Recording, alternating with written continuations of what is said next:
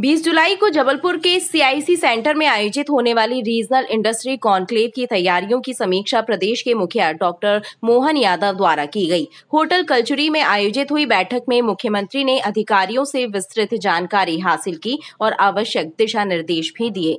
मुख्यमंत्री मोहन यादव ने कहा कि ये कॉन्क्लेव महाकौशल के औद्योगिक विकास के लिए मील का पत्थर साबित होगी और रोजगार के भी साधन बढ़ेंगे। इस समिट के लिए अलग से उद्योगपतियों से बातचीत की जा चुकी है और जो इंडस्ट्री पहले से स्थापित है उनकी समस्याओं का भी निराकरण किया जा रहा है। उन्होंने कहा कि हमारा उद्देश्य नए नए उद्योगों की स्थापना करना है ताकि विकास को गति मिल सके। वहीं सीएम का कहना है कि नई यूनिटों का भूमि पूजन और लोकार्पण का काम भी कॉन्क्लेव के साथ ही किया जाएगा। जबलपुर के अंदर होने वाली 20 तारीख की कॉन्क्लेव के लिए प्रॉपर तैयारियां हुई है। सभी सेक्टर के अलग अलग निवेशकों के प्रस्ताव भी आने लगे हैं। बड़े पैमाने पर स्थानीय क्षेत्रीय स्तर पर भी लोग इसमें शामिल हो। निवेश के मामले में सभी सेक्टर में समान रूप से शिक्षा, चिकित्सा, इंडस्ट्री के तीनों प्रकार, हेवी इंडस्ट्री, मीडियम साइज या मध्यम लघु इंडस्ट्री और कुटीर उद्योग, साथ ही साथ इंडस्ट्री का भी प्रकार, जैसे एजुकेशन में भी हमने अपना निवेशकों की समान सुविधा देने का निर्णय किया है। हेल्थ टूरिज्म को भी बढ़ाने का प्रयास किया है। माइनिंग सेक्टर में भी हमने प्रदेश को नंबर 1 की स्थिति में पूरे देश के अंदर हमने पहला पुरस्कार पाया है। हमारा प्रयास रहेगा जो निवेशक अपनी ऑलरेडी इंडस्ट्री चला रहे हैं वो और विस्तारीकरण की तरफ आगे जाए। मध्य प्रदेश के भी नए उद्योगपति खड़े हो जिनको अपने व्यवसाय को बढ़ाना है। तीसरा, सभी सेक्टर के समान रूप से अलग अलग निवेशक आए। चौथा, जो हमारा रॉ मटेरियल यहाँ मिल रहा है उस रॉ मटेरियल का भी उपयोग अपने प्रोडक्ट बनाने के लिए यहीं हो जाए ताकि बड़े पैमाने पर हमारे लिए वो रोजगार का भी साधन बने और प्रदेश का गौरव का मौका मिले। वहीं मुख्यमंत्री ने बताया कि औद्योगिक विकास का क्रम महाकौशल ही नहीं पूरे प्रदेश में जारी रहेगा। हम सभी सेक्टर में काम करेंगे और आने वाले दिनों में विदेश की कंपनियां भी प्रदेश में इन्वेस्ट करेंगी और भोपाल में अंतर्राष्ट्रीय स्तर की कॉन्क्लेव का आयोजन किया जाएगा। आज छिंदवाड़ा से हमने जबलपुर संभाग के 4 जिलों के लिए भी संभावना टटोलते हुए विस्तार से वहाँ के निवेशकों के साथ बातचीत की। ऐसी जो कॉन्क्लेव होने वाली है उसको केवल एक स्थान पर नए प्रवेश या नए MOU करने के लिए न करते हुए हमने निर्णय भी किया है कि हम उसी स्थान से नई जो यूनिवर्सिटी नई हमारे यूनिट बनने वाले हैं उनका भूमि पूजन लोकार्पण भी करें। मुझे खुशी इस बात की कि 100 से ज़्यादा प्रस्ताव, जो जैसे 26 से ज़्यादा तो बनी बनाई फैक्ट्रियाँ हैं जिसका लोकार्पण हम यहीं से करके दिखाएंगे। 50 से ज़्यादा इंडस्ट्रियों का भूमि पूजन होगा। मुख्यमंत्री ने ये भी कहा कि औद्योगिक इकाइयों की स्थापना में आने वाली कठिनाइयों को दूर किया जाएगा। बाहर के निवेशक भी आए तो वो आकर के यहाँ अच्छा महसूस करे, इसलिए सभी प्रकार की संभावना पे काम कर रहे हैं। और साथ ही साथ ये जो इंडस्ट्रियल बेल्ट हम डेवलप करके काम करा रहे हैं वो अपनी जगह है। निजी ज़मीनों पे भी लोग अपना इंडस्ट्री लगाना चाहे तो सरकार सभी प्रकार की मदद उनको भी करेगी। कांग्रेस नेता और राज्यसभा सांसद दिग्विजय सिंह ने पत्रकार वार्ता के जरिए आरोप लगाया कि भाजपा जनसेवा के लिए नहीं बल्कि धन सेवा के लिए राजनीति में आई है।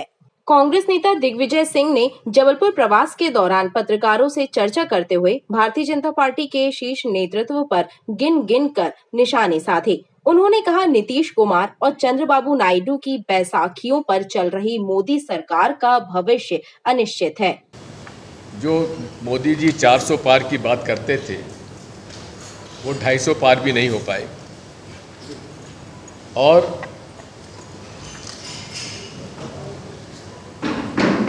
कह रहे हैं कि वो हमें बहुमत मिल गया, लेकिन बहुमत मिला है नीतीश कुमार जी और चंद्रबाबू नायडू जी की कृपा से मिला है। तो पूरे देश की अर्थव्यवस्था में जो प्रति व्यक्ति बचत है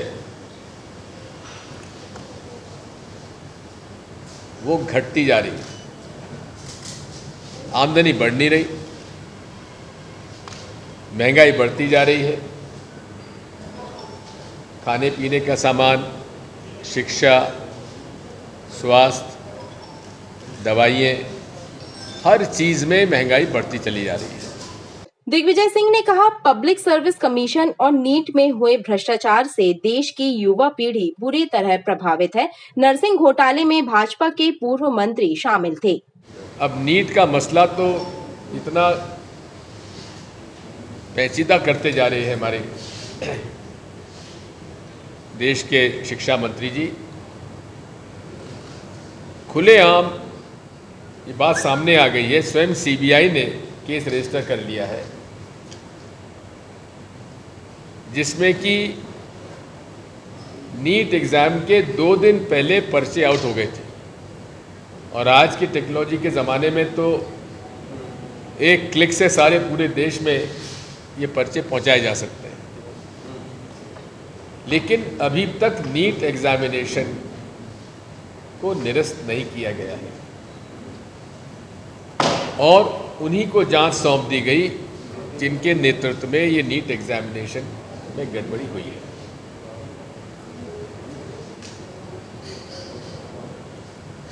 प्रधानमंत्री जी ने भी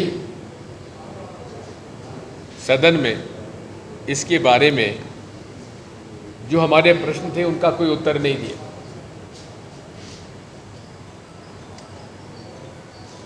इसी के साथ मध्य प्रदेश में नर्सिंग घोटाला, इतना बड़ा घोटाला है ये कि 2-2 कमरे की दुकानों में नर्सिंग कॉलेज चल रहे हैं और फैकल्टी के कौन की योग्यता क्या है उसकी कोई जांच नहीं, हर किसी का नाम डाला और मान्यता दे दी गई। स्पष्ट रूप से तत्कालीन मेडिकल एजुकेशन के मंत्री श्री विश्वास सारंग उसमें घोटाले में न केवल शामिल हैं, लेकिन उन्हीं के माध्यम से सब कुछ किया गया है। और मेडिकल यूनिवर्सिटी जो जबलपुर में है, यहाँ के रजिस्ट्रार और चेयरमैन काउंसिल के लोगों का भी उसमें शामिल है। कांग्रेस नेता ने कहा कि टेलीकॉम अथॉरिटी ऑफ इंडिया ने 20% जो दरें बढ़ाई हैं, उससे गरीब और मध्यम श्रेणी परिवार भी परेशान हैं। जो telephone regulatory authority of India का निर्णय है, जहां उन्होंने टेलीफोन की दर और डेटा की दर में जो वृद्धि 20% की कर दी है, उससे छोटे से छोटे आदमी मजदूर तक जो मोबाइल फ़ोन का उपयोग करता है उस पर भी ये भार पड़ेगा। दिग्विजय सिंह ने कहा, महंगाई, भ्रष्टाचार और बेरोजगारी के मुद्दों को लेकर कांग्रेस जनता के बीच जाएगी और भाजपा की नाकामियों को उजागर करेगी।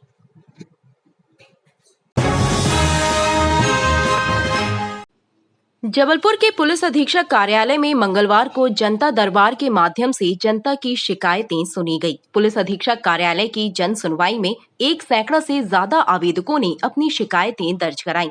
जन सुनवाई में संपत्ति विवाद, आपसी मारपीट, घरेलू विवाद के साथ ही अवैध शराब की बिक्री जैसे मामलों की शिकायतें आवेदकों ने की।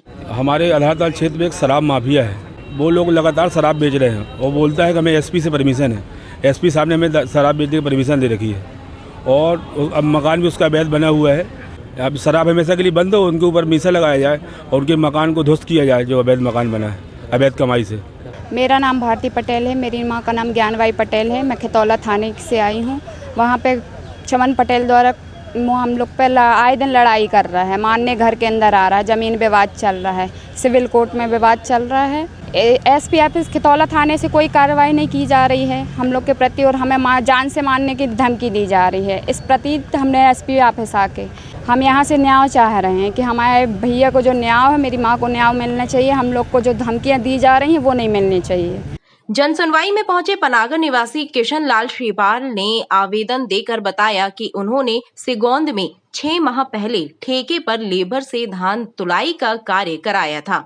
लेकिन समिति प्रबंधक के द्वारा अब तक उन्हें भुगतान नहीं किया गया, जिससे वह मजदूरों को उनका भुगतान नहीं कर पा रहे। उन्हें कार्य के एवज में 11 लाख रुपए से ज्यादा की राशि लेनी है। इसे लेकर उन्होंने कलेक्टर कार्यालय में भी शिकायत पत्र दिया है और पुलिस को भी शिकायत पत्र सौंपकर कार्यवाही की मांग की है। वो सेवा समिति में मैंने धान तुलाई का लेबर लेके काम कराया था, उसकी पेमेंट मेरे को प्रबंधक द्वारा दी नहीं जा रही है।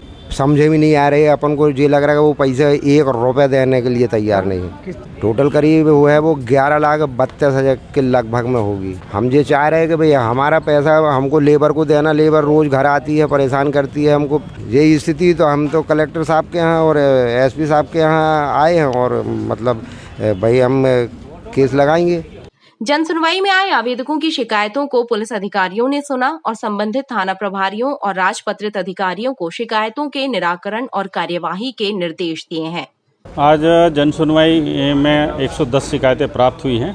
इन 110 शिकायतों में सामान्य लड़ाई झगड़े की शिकायतें हैं, जमीन विवाद संबंधी, प्लाट विवाद संबंधी, पति पत्नी विवाद संबंधी शिकायतें प्राप्त हुई हैं। कुछ एक मामलों में कार्रवाई हो चुकी है, लेकिन लोगों को जानकारी नहीं है कि क्या कार्रवाई हुई है। इस संबंध में उनको बताया गया है, अवगत कराया गया है कि आपके मामले में कार्रवाई हुई है और जिनमें कार्रवाई शेष है वो संबंधित थाना प्रभारी CSPओं को समय पे इन शिकायतों का निराकरण करने, उनको कार्रवाई कर संतुष्ट करने के लिए भेजे गए। जन सुनवाई में आए आवेदकों को 1 सप्ताह के भीतर शिकायतों के निराकरण और कार्यवाही का आश्वासन दिया गया है।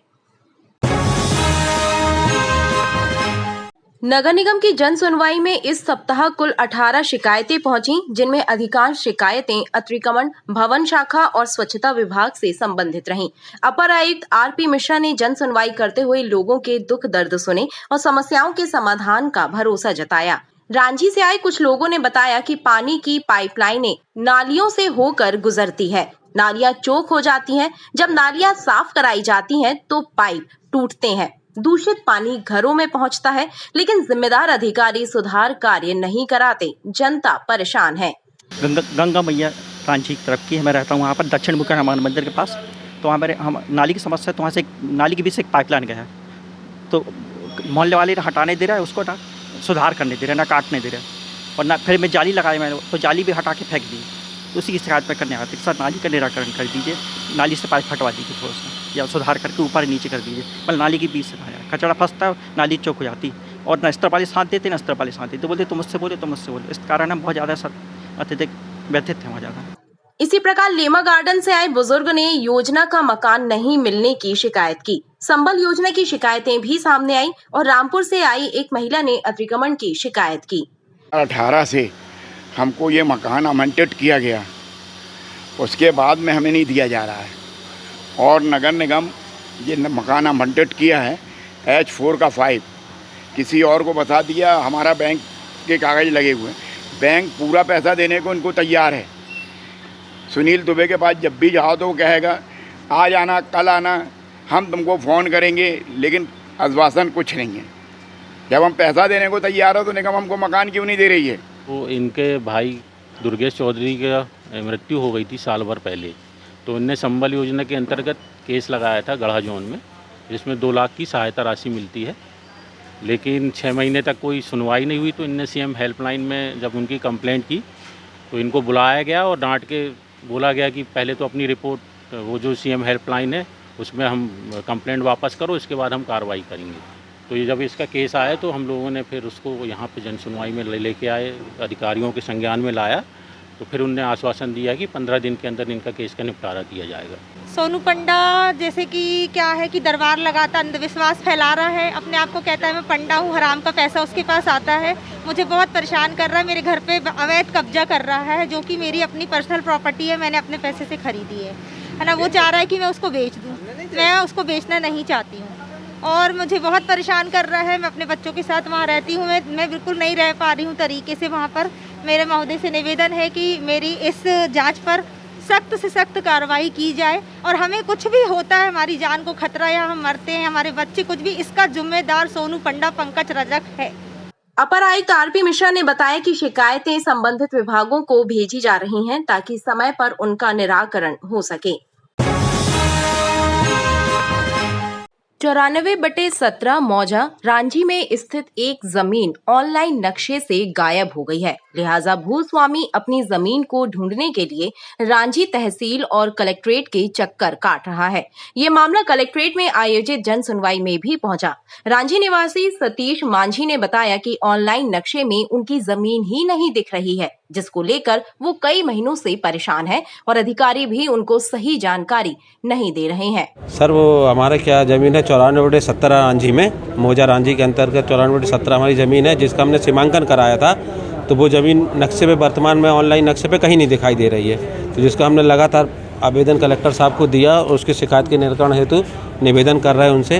तो उन्होंने अभी निर्देशित किया है तहसीलदार रांझी को कि जल्द से जल्द मतलब उसका निराकरण किया जाए। वर्तमान समय पर वहाँ पे 94/20 ज़मीन दिखा रही है, जबकि एक्चुअल वो 17 नंबर का हमने जो नक्शा दिए हैं वहाँ 17 की जगह 20 बता रहा है। वहीं रांझी निवासी अमित वर्मा ने बताया कि जमीनों में हेरफेर हो गया है, लिहाजा नक्शे में भी सुधार की आवश्यकता है और इसको लेकर जन सुनवाई में आवेदन दे दिया गया है। हम लोग लगभग 5 वर्षों से निरंतर शिकायत दे रहे हैं। 3 से 4 शिकायत अभी तक कर चुका हूँ। ये हमेशा 15 दिन का आश्वासन देते हैं और संबंधित विभाग में जब हम जानकारी लेने के लिए जाते हैं, संबंधित विभाग कहता है कि हमारे पास ऐसा कोई आवेदन ही नहीं आया। मतलब ये जनसुनवाई पूरा तरह से मजाक बन चुकी है और हम लोग को केवल परेशान किया जा रहा है। क्या मामला था? राजस्व का प्रकरण है। रांझी में एक ज़मीन में बहुत बड़ा हेरफेर हुआ है, जिसकी जांच 2006 में हुई और 6 में माननीय कलेक्टर साहब की जांच के आदेश होने के बाद भी आज तक उस पर अमल नहीं हुआ। आज फिर से पुनः आवेदन दिया है। अभी माननीय कलेक्टर साहब तो नहीं मिले हैं और डिप्टी कलेक्टर साहब शायद हैं, उनसे बात हुई है मेरी। फिर उन्होंने मुझे 15 दिन का आश्वासन दिया।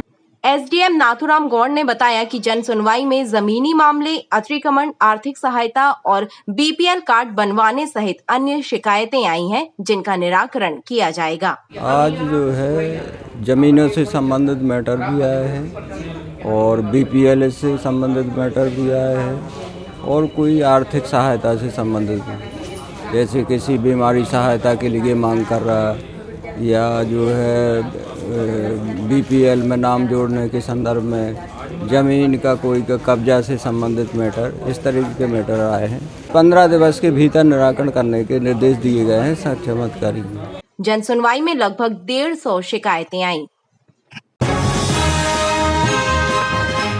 गधेरी में पौधारोपण करने के साथ ही जिले में एक पेड़ मां के नाम अभियान की शुरुआत हो गई है। सांसद, महापौर, विधायक और नगर निगम अध्यक्ष समेत कलेक्टर, एसपी एवं अन्य अधिकारी और जनप्रतिनिधियों ने पौधे लगाए और पर्यावरण संरक्षण की अलख जगाई। गौरतलब है कि एक पेड़ मां के नाम अभियान के तहत जबलपुर जिले में जिला मुख्यालय से ग्राम पंचायत स्तर तक विभिन्न चरणों में लगभग 11 लाख पौधे लगाने का लक्ष्य निर्धारित किया गया है। अभियान के पहले दिन मंगलवार को जिले भर में अलग अलग स्थानों पर 1,47,000 पौधे रोपे गए हैं। सबसे बड़ी हमारे सामने कोई चुनौती है तो वो पर्यावरण, और पर्यावरण को संरक्षित करने के लिए हमारे प्रधानमंत्री जी ने इस देश की जनता से आह्वान किया है।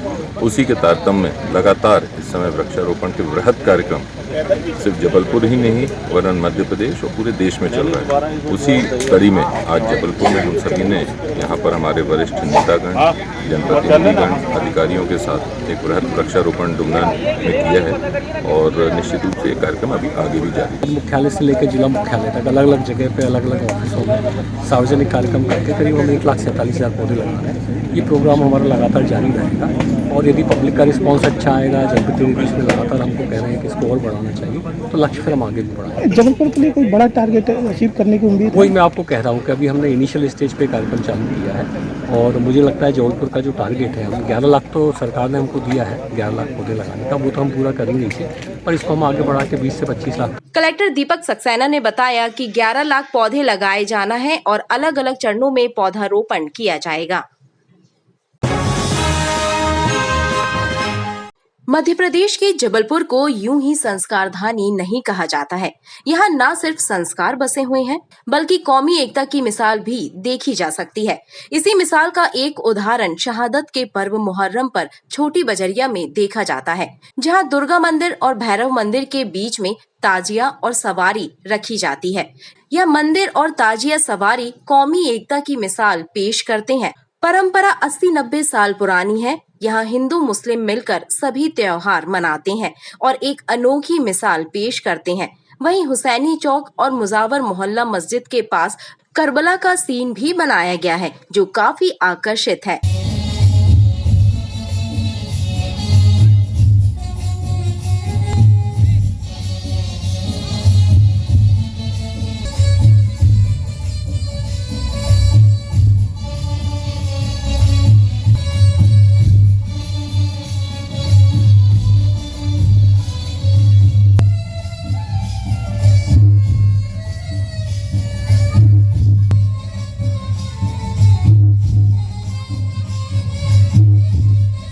बता दें कि शहादत के पर्व पर पूरे शहर को सजाया गया है। पूरे शहर में आकर्षक साज सज्जा की गई है।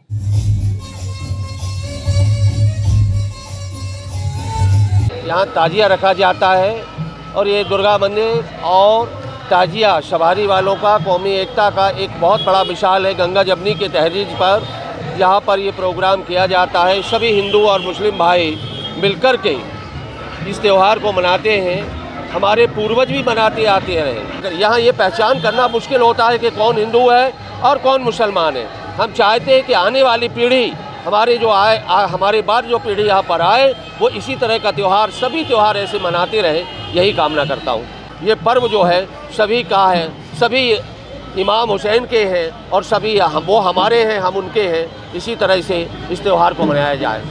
7वीं तारीख है और दुर्गा मंदिर भैरव मंदिर के बीच में ताजिया रखी जाती है। वो कमेटी नूरानी नौजवान कमेटी की है और सवारी भी रखी जाती है और मंदिर वालों का सहयोग रहता है। सब मिलजुल के मनाते हैं। जो भी त्यौहार, दशहरा और भी त्यौहार आते हैं, दीपावली, सब मिलजुल के हम लोग रहते हैं। और 80-90 साल ये परंपरा है, जब हम लोग पैदा भी नहीं हुए थे, जब का ये इमाम बाड़ा है दोनों मंदिरों के बीच में। और आज मुहर्रम की 7वीं तारीख है। हमारे पंडित जी साथ में हैं और इधर का जितना भी पब्लिक निकल रही सब सहयोग देती है। जबलपुर प्रवास के दौरान कांग्रेस नेता दिग्विजय सिंह हाईकोर्ट पहुंचे, जहां उन्होंने चुनाव प्रक्रिया संबंधित एक जनहित याचिका लगाई। दिग्विजय सिंह का कहना है कि चुनाव आयोग उनकी शिकायत पर जवाब नहीं देता, इसलिए कोर्ट का दरवाजा खटखटाना पड़ रहा है। वकीलों से चर्चा करने के पूर्व दिग्विजय सिंह ने कोर्ट परिसर में बने हनुमान मंदिर में माथा टेका और आशीर्वाद लिया। हमारे कुछ प्रश्न ऐसे हैं जिनका कि जवाब चुनाव आयोग देता नहीं है। आम जनता ये कहती है, 60-70% जनता ये कहती है कि ईवीएम से चुनाव नहीं होना चाहिए। और अब तो एलोन मस्क, अमेरिका का जो सबसे बड़ा धनी व्यक्ति और टेक्नोलॉजी का वो ज्ञाता है, वो कह रहा है कि ईवीएम से चुनाव नहीं होना चाहिए। उसके बाद भी हमारे चुनाव आयोग के कान पर जू नहीं रहेगा। इसलिए हमने टेक्निकल बातों को लेकर माननीय हाईकोर्ट के सामने मैंने पिटीशन लगाया है और उस पिटीशन में हमने जो बिंदु उठाए हैं उसके लिए हम प्रमाण प्रस्तुत करेंगे।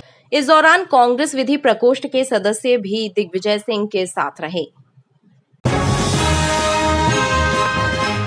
आबकारी एक्ट के मामले में फंसे गोरा बाजार निवासी प्रेमलाल यादव के समर्थन में कृष्ण यादव समाज के लोगों ने एसपी कार्यालय पहुंचकर एएसपी सोनाक्षी सिन्हा से मुलाकात की और गोरा बाजार पुलिस की कार्यप्रणाली पर सवाल उठाते हुए इस प्रकरण की निष्पक्ष जांच कराने की मांग की। यादव समाज के लोगों का कहना है कि प्रेमलाल के प्रति द्वेषपूर्ण कार्यवाही की गई है। आज हम तमाम लोग जो है कृष्ण यादव सभा जबलपुर से यहाँ पर उपस्थित आए हैं और एक बड़ी वेदना और पीड़ा को लेके आए हैं कि गोरा बाजार थाने में एक हमारे साथी के खिलाफ जो है फर्जी प्रकरण तैयार किया गया। थाने को इस बात से अवगत भी कराया गया और यहाँ तक फर्जी है कि जो एक उनने गवाह प्रस्तुत किया, वो गवाह भी जो है पंचनामा गवाह जो होता है वो भी जो है उनके नज़र में आरोपी और हमारे नज़र में जो है वो सीधा साधा गांव का रहने वाला व्यक्ति है। वो नौजवान पे झूठी कार्रवाई के खिलाफ हम लोग चाहते हैं कि पूरी विस्तृत जांच हो जाए और जांच में जो तथ्य सामने आए उसके आधार पर कार्रवाई करें, लेकिन जांच निष्पक्षता से हो। हमें ऐसा लगता है कि पूरा गोरा बाजार थाना जो है, माननीय थाना प्रभारी जो है वो किसी के दबाव में है, वो दबाव में आके ऐसी कार्रवाई कर रहे हैं। रात को पुलिस वाले आए और मेरे को 2 बजे रात को उठाया उन्होंने, बोला तेरा वारंट है। थाने ले आए, थाने में लाके मेरे को बंद कर दिया। बंद करने के बाद सुबह 4 बजे उन्होंने डब्बे के सामने खड़ा करके मेरी फ़ोटो खींची। फ़ोटो खींच के सुबह 6 बजे तक उन्होंने 34(2) का केस बनाया। जो भी मेंबर हमारे घर फैमिली के आए, इसके बाद अब वो कहते हैं कि भैया इस फाइल को कोई नहीं छीएगा। मान लो जिसने फाइल बनाया वो साहब की छुट्टी हो चुकी है, दूसरा साहब फाइल छीने के लिए तैयार नहीं है। आपको किस मामले में झूठा फंसा उन्होंने? दारू के केस में 34(2) लगाया है। यादव समाज के सदस्यों ने एएसपी से मांग की है कि इस मामले की जांच कर पीड़ित को न्याय प्रदान किया जाए। एनपीएस हटाने, नई भर्ती करने, ट्रैक मेंटेनर्स को हार्डशिप भत्ता दिए जाने एवं 8वें वेतन आयोग का गठन करने की मांग को लेकर वेस्ट सेंट्रल रेलवे मजदूर संघ के द्वारा संकल्प यात्रा निकालकर रेलवे महाप्रबंधक कार्यालय के सामने गेट मीटिंग आयोजित की गई।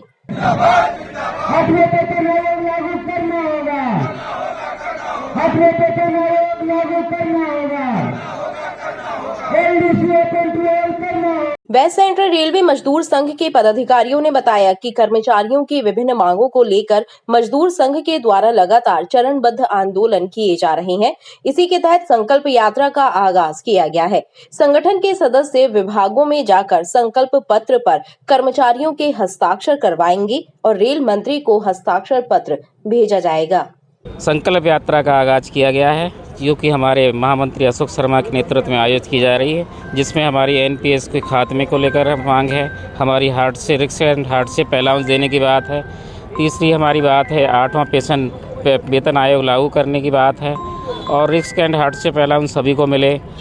ये सारी बातों को लेकर हम लोग आज यहाँ हस्ताक्षर अभियान का शुभारंभ कर रहे हैं। उसके बाद हमारे कार्यकर्ता पश्चिम मध्य रेल के तीनों डिवीजन वर्कशॉप, मुख्यालय, प्रत्येक डिपो स्टेशन पर जाकर कर्मचारियों से संकल्प पत्र पर हस्ताक्षर करवाएंगे। 11 जुलाई 2024 को सीईसी में कोटा में सीईसी हुआ, जिसमें एनएफआईआर के महामंत्री डॉक्टर एम रावैया जी उपस्थित हुए और हमारे जनरल सेक्रेटरी आदरणीय अशोक शर्मा जी और अध्यक्ष श्री सीएम उपाध्याय जी, जिसमें यह संकल्प पारित किया गया। 28 मुद्दे पारित किए गए उस सीईसी में और उसके बाद उसमें से 5 संकल्प पारित किया गया और ये 5 संकल्पों को लेकर के वेस्ट सेंट्रल रेलवे मजदूर संघ आज महाप्रबंधक कार्यालय के सामने उस संकल्प को लेकर के आगाज किया है और पूरे WCR में उसकी हस्ताक्षर अभियान चलाएगा और रेल मंत्री के पास इस मुद्दों को पहुंचाने का काम करेगा। वेस्ट सेंट्रल मजदूर संघ ने गेट मीटिंग और संकल्प यात्रा के दौरान रेल कर्मियों के हक की आवाज बुलंद करते हुए उनकी मांगें पूरी करने पर जोर दिया।